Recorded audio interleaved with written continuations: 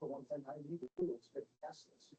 But after talking to Lynn. Okay, I'm going to go ahead and get started. I am going to record this. So if there's anybody that mentions to you that they weren't able to join, I'll send out the copy of the recording so they can watch.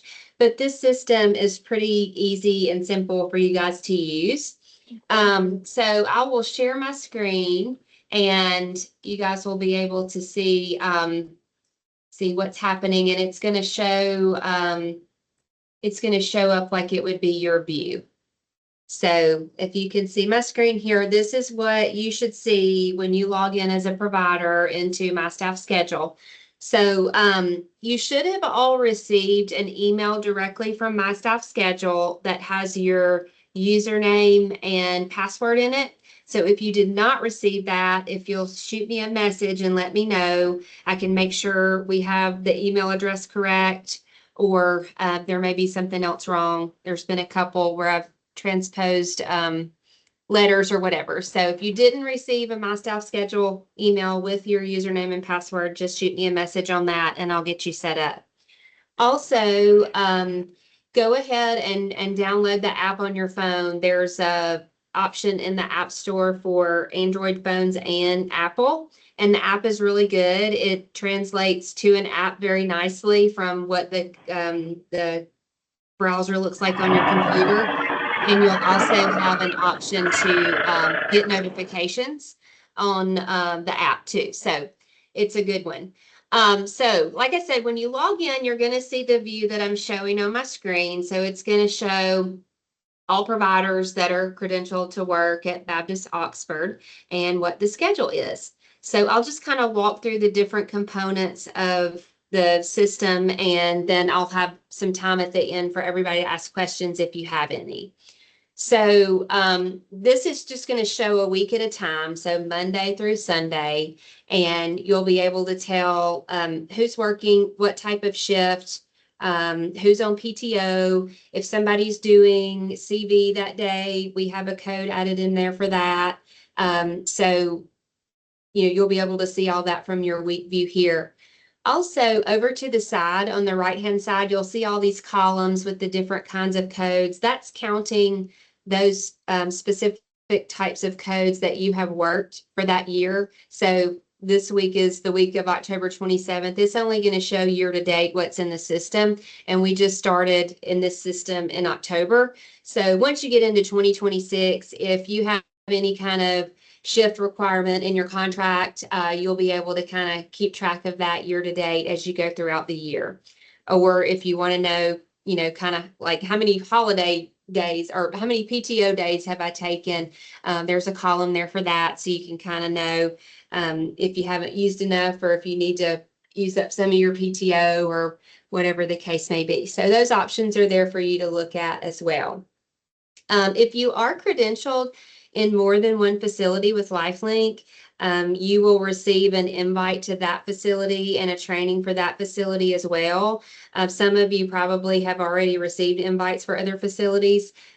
We've done our first rollout of facilities this week, and then the rest are to follow. But we are using this system across the board with all LifeLink facilities. So like I said, if you've got credentials at another site, if you haven't received that information already, you will get it once we get it set up and going. So in your view, you'll have a dashboard here, and the dashboard is just going to show you kind of your week at a glance. So this is my test account. So I have myself set up for a couple of different facilities, and I'm able to see in this top section which facility it is and what shifts are open. So if I wanted to grab some extra shifts, I can kind of see what the week ahead looks like at all the facilities where I'm credentialed. And then in the next section, it just gives you kind of like daily totals and what's happening for the next 7 days at each of those facilities. At the bottom, it's going to show me a request to work feature and any kind of requests that might be put in that are made public to the group. So we'll go through how to request those, and I'll show you how you can actually put in a request to work if you want to do additional days, or if you're a PRN and have some days that you want to pick up. The next tab is the schedule tab. That's the view we were originally looking at. So this is going to show you the schedule. You can go to this calendar or this date at the top, and you can scroll through. Like if you want to take a look at what the first week of December looks like, you can scroll through, pick that Monday, and it's going to show you that week. You can also look at a couple of different views here. So under the date, you've got a 1 week view, 2 week, 4 week, or a month. So let's just look at the month option. It's going to pull the whole month up with everybody that's working sort of in an Excel spreadsheet type of format. So you'll be able to tell, who's working and that kind of thing. If you like a calendar view, you can click on the calendar view and it'll give you more of a traditional calendar style view. You can also, you can do some filtering here. So maybe you just want to look at your shifts. You can pick your name specifically and look and see, what shifts you're working. So I'm going to pick Roman for an example, and I can click set at the bottom and then filter and refresh, and it'll show me what Roman's working. Again, you can translate that to a calendar view if you like that view better. And you can see it that way. So those are some just different view options, or if you wanted to filter down and see who's working 8-hour shifts or who's doing the 24s, that kind of thing, you do have that option there. The calendars tab is going to show the requests that are put in, but also it gives you the option to sync your calendar, like with your Google Calendar or your iCloud, whatever you have on your phone. So you can have that there. But you'll see these, the legend here with the different colors. This is the types of requests or the statuses of the requests that are put in that'll show on the calendar once we start using that feature. And then under My Request, that's where you're going to go in and request to work. So this would apply really for full-time if you want to take on an additional shift or a supplemental shift, or for PRN providers who might have some availability that they want to put in here. So if you want to go in and request maybe a whole week of work, you'll go to that new button. It'll pull up this screen, and under the staff member, you should only have your name there. And say you have a whole week of work or a whole week off, from your other facility or wherever, and you want to schedule that to work at Baptist Oxford, you can scroll through and pick your week or whatever your date range is.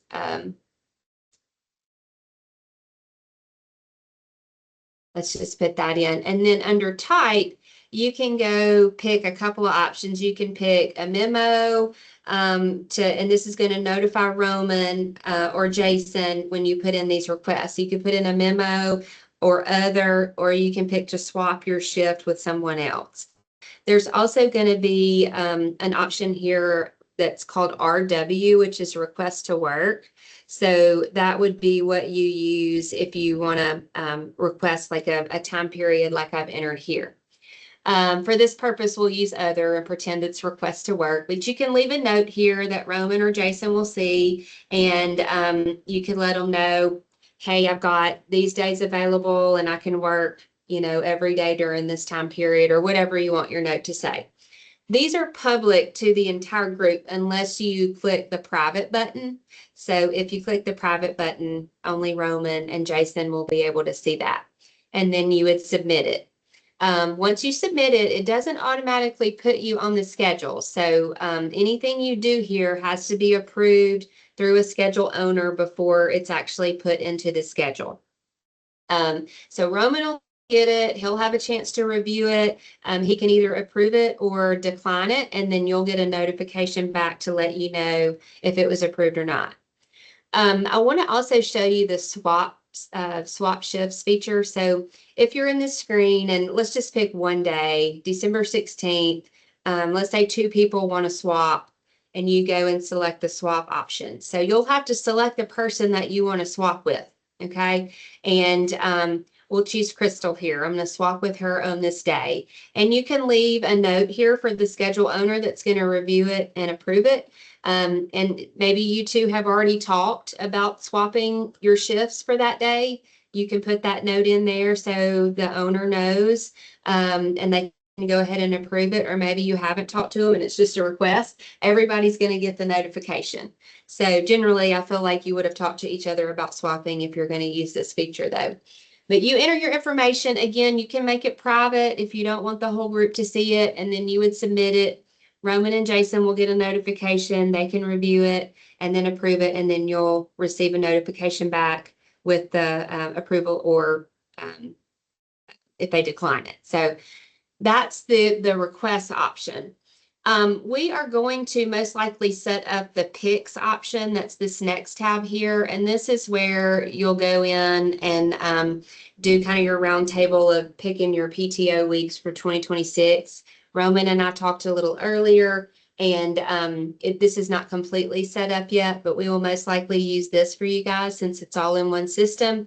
And so I'll send out information about that once it's set up. But basically, you can go in and enter the weeks that you prefer to take. And it's put into the system. You can enter some alternates if the weeks that you choose are taken by the person in front of you and that kind of thing. So more information about that is coming. And this next tab called Card, this is where daily assignments can be made. So Roman explained to me earlier that you guys usually just have a picture of the board that's sent out the night before, and you kind of go from that. But we actually have the option in this system to make assignments. So I think he was going to kind of get some feedback from you guys on what you prefer and decide if we're going to use this feature or not. But I wanted to show it to you in the event that we do start to use it. You would be able to look on your app or log into your computer the night before and kind of see what's there for the next day's assignments, just like you would see the picture of the board. For individual users, you do have some limited reporting access, and it's kind of like the month view that we just saw and filtered, but you can go in and pick a date range. You would choose your name. You should be the only person listed there. And maybe you want to know how many, first call weekday shifts you've taken for this month or this year. So you could choose the codes that are applicable to whatever you're looking for. Make sure you click set, and then you would say get report. Now mine's not going to give anything because I'm not in the schedule for any kind of shifts. But again, I know some providers' contractual requirements say that you need to work, this many shifts of this kind per year or per month or whatever. So if you needed to know kind of where you are, that's an option where you could look at that information. I'm going to go back to the schedule real quick and show you where you can find information on what the codes mean. They're pretty self-explanatory, but if you had a question about what the codes are, you could go to the top left-hand side here, and you see it says legend, and then you've got a codes option. If you click that, this box is going to pop up, and it's going to tell you what every code we have available to you at Baptist Oxford is and what they mean. So we've got, all the different types of codes that you guys would use. When I talked to Roman earlier, we did decide to add a post-call code in there. So it's not currently in there for anyone, but we will be adding that. I went through over the last couple of days and added what you guys have been scheduled for the remainder of 2025. And anyone who is a full-time provider, if you look through 2026, you're scheduled for 8-hour shifts every week. So Roman will be going in to change that information to show if you're taking first call or second call, or, if you've got PTO weeks or, that kind of thing. So don't be scared because you're scheduled for every single day of 2026. It's just the way the recurring schedule is set up. Also over on this side, beside code, you'll see options. And options is where, let me show you, I think it's on this week. We have our code set up for the type of shift you're working, but maybe we need to show your working CV. So Jason White showed working CV yesterday. So we added that as an option. And it's just a little tag beside the type of shift that you can put in to kind of, let everybody know this is who's working CV. But we have a couple of different things in there already, and we may add a few more. But so we've got CV call, and then we've got a late arrival code. So sometimes there are providers that can work, but maybe they need to come in at 8 instead of 7 or start at 8 instead of 7. So that's a late arrival code. It just lets us know this provider is going to be coming in today, but they're a little late. And then we have LS for late stay. Roman and I talked about that as well, where we could kind of tag that, and that kind of helps also with payroll approvals when he's looking at time cards and things like that, so you get paid correctly. I do want to note that none of this information in MyStaffSchedule translates over to Paycom. So the two systems do not talk to each other. So the codes in here don't equate to any type of pay code in Paycom or your PTO or anything like that. If you see PTO in here, you also need to go and request it in Paycom so that that's approved and you're paid accordingly for that. We have it in here just so we can know, who's on PTO this week, and we can schedule accordingly. So it's, like I said, it's a pretty simple system. I'm going to show you a few more things, and then I'll take some questions if anybody has them. But if you go over to the right-hand side, you should see your name and a little person icon, and there's a few things you can do here. So first thing, if you go under My Profile, you have some options here to update information or change it. You can change your email address if you want to change the email associated with your account. You can also add a phone number. I will say if you add your phone number in, it will send you text messages. So if you like to get a text message notification, I would suggest adding your phone number, and then you'll get notified via text. You can change your password here. And then on the right-hand side, you can turn on your notifications. For all notifications, you can turn on open shift notifications. So if something pops up as open on a shift, you'll get a notification, and then you can turn on push notifications for your mobile device if you have the app downloaded. So those are options under your profile.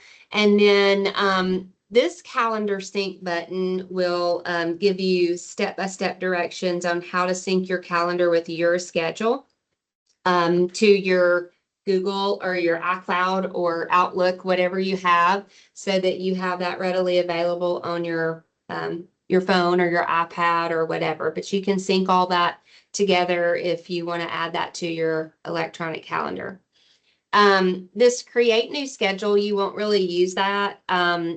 Now there is a functionality in MyStaffSchedule called My Availability, and we don't have that turned on, but it's where you can go in, and this really applies mostly to PRN staff, and they can look, throughout a time period for the whole year if they want to, and go in and put, yes, I'm available on these days, or no, I'm not. And so again, that feature is not turned on yet. We may use it down the road. And then these last couple of options here are just some ways that you can learn more about MyStaffSchedule and that you can reach out to them or look at some training or frequently asked questions. So in the help and FAQs, it will take you to a different portal here where you can look at frequently asked questions. You can look at step-by-step guides. You can contact customer support. You can look at some of the advanced features. So in your spare time, if you want to look at that, those options are there. And then the next option is training videos.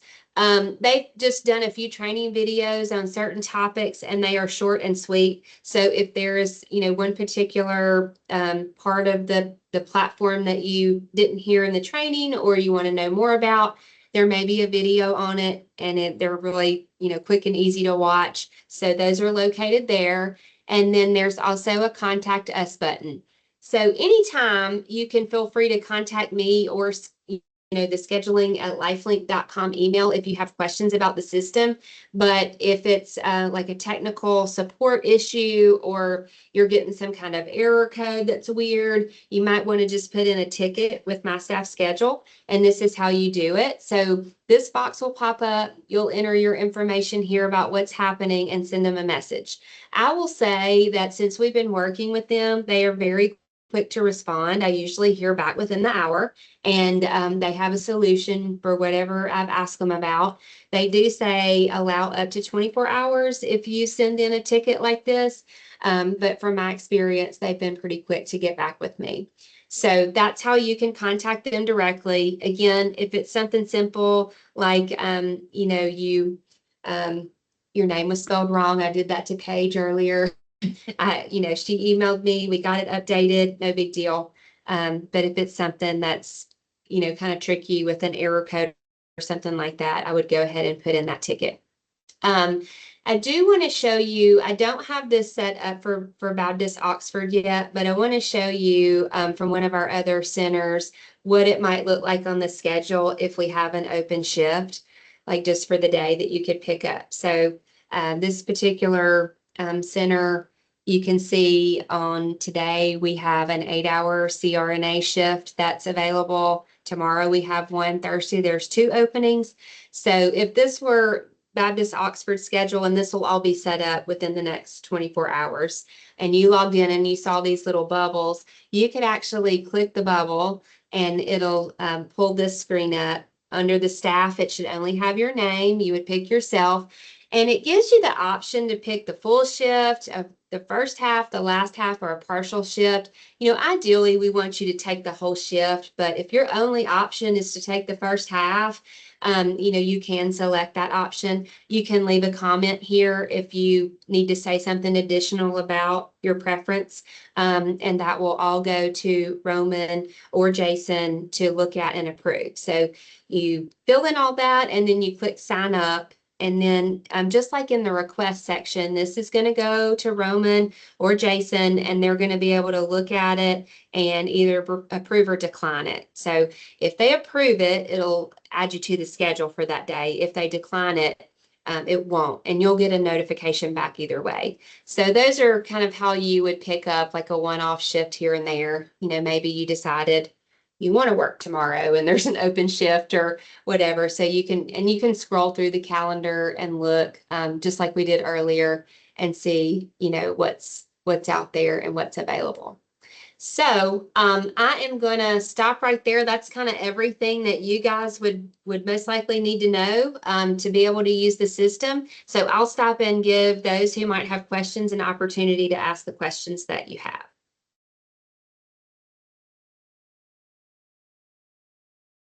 And if you don't have functionality with your microphone or whatever, feel free to put your questions in the chat and I can answer them that way.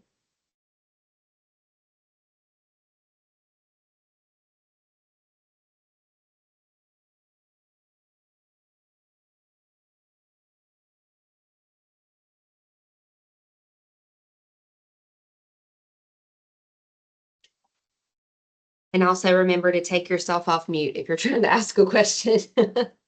Y'all are quiet. Hey, Randy, can you hear me? I can. I'm not sure if I'm off mute. Yeah, just a statement.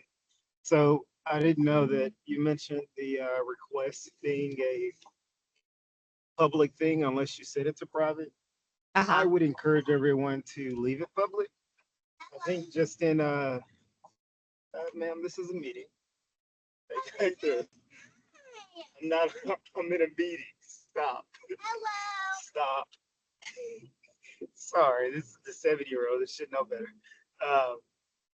But anyway, I think in fairness, just for everybody's sake, it'd be easiest for you to see who maybe requested a shift first and just make it a first come, first serve thing. So, I'd encourage everybody to keep those requests public so that there's nothing to hide. And, if there's a particular shift you wanted and it's not available anymore, you see there's no favoritism.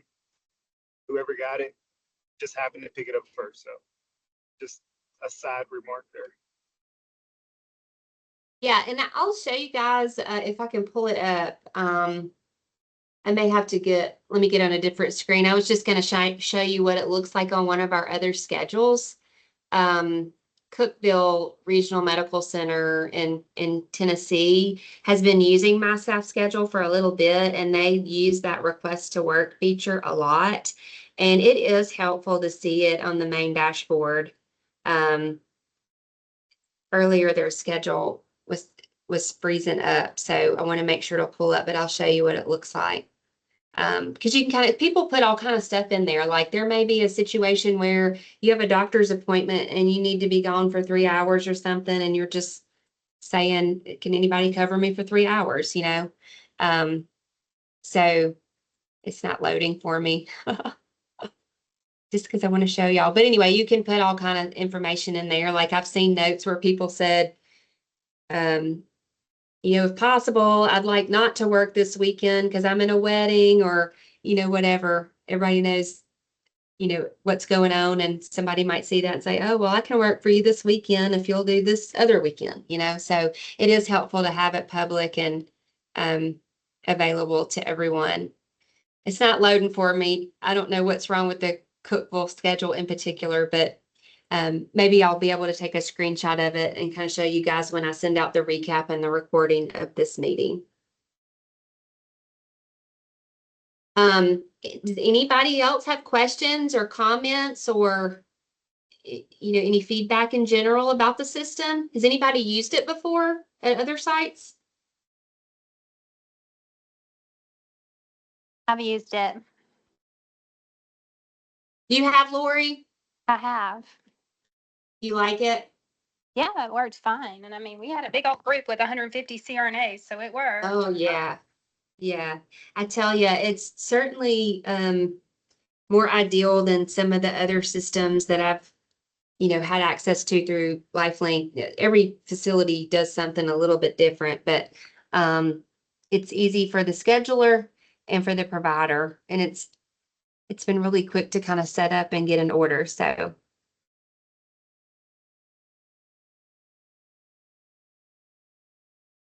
right. So what we plan to do, just so you guys know, like I mentioned earlier, the 2025 schedule is in MyStaffSchedule. I know y'all will be working on 26 soon. So we will start using this system as the system of record. You'll still have access to your the shared drive where the schedule currently is, and we'll kind of run those both together until the end of the year to make sure everything's functioning properly. There may be a couple of tweaks and things we add or change along the way. But we'll let you know, how that affects you and what that is if changes are made. So, if you haven't already, go ahead and log into the system. Make sure you can get in, download the mobile app, tell all your friends about it, and let me know if you have questions or if you run into anything that, I didn't go over. And I'll send out this recap for everybody as well. And there are a couple of people that are going to be following up after these trainings just to make sure you got access and that you don't have any questions, but feel free to reach out to me if you need to. But before I close it out, Hey, Brandy, do you have a sample of the potential new assignment sheet, like what it would look like, or like, because right now I'm really loving that we've started putting out pictures of the assignment board, and I just didn't know if like what that would look like moving forward. Yeah, so if you use it, it's not set up for you guys, so this is not a good view. Let me pull it up on this other screen. In just a second. Like Hey, Brandy, while you're doing that, while you're pulling it up, I think is the edit function on that page for everybody, or is that only for me and Roman? No, it would be for you and Roman or anyone that you assign as there's a permission level called an assignment person. I don't know what it's called, but anyway, they can make assignments. So the way that you set this up is kind of up to the facility. And we have like Cookeville in their assignments, I wish their schedule would pull up, but it won't.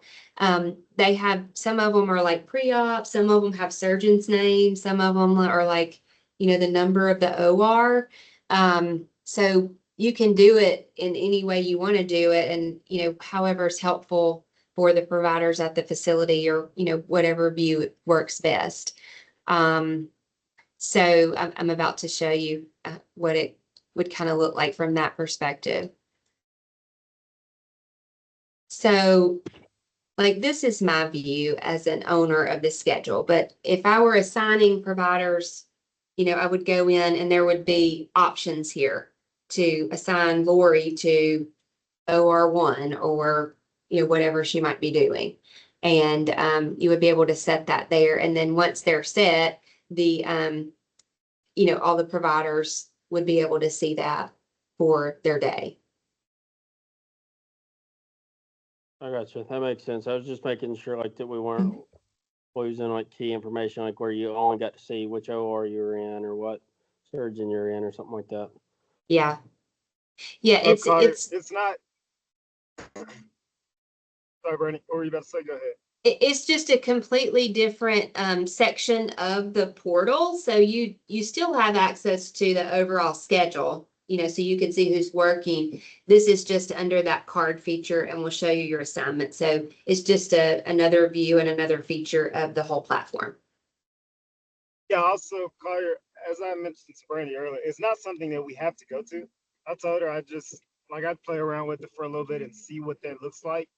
Number one, if it's like extra work that's kind of unwarranted, then it's no point in going to it. But if it's something that is feasible and very convenient and easily replaces the idea of sending a picture, then fine. But even with the whole picture thing, the way I feel is if it's not broke, don't fix it. So it doesn't have to change. It'll just be a matter of us playing around with it for a couple weeks, and if no one likes it, then we move on. And if everyone's wanting to change it, then we change it.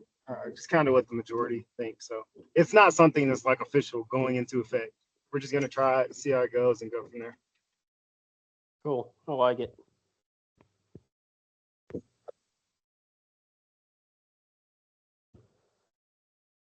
Thank you, sir. Yeah. Thank y'all. Any other questions? Comments? Everybody's ready to go eat dinner? Go home? May already be home. Okay, well, if you think of something after the fact, you know how to reach me. This probably won't be downloaded in a video until tomorrow, but I'll send it out. And like I said, as we make tweaks and changes along the way, I'll make sure everybody's updated and informed of everything. Okay, I thank you all so much for taking time for me. I know it's a struggle to try to reserve time, so I appreciate you taking a few minutes to listen and look at the system. Hey, Brandon, we really appreciate your time. Yeah, absolutely. Absolutely. Glad to see all of you virtually, or your names at least. Anyway, I hope you all have a good night, and we'll be in touch soon on updates and the training video. Thank y'all. Thank you. Thank you. All right, take care. Bye-bye. Thank you.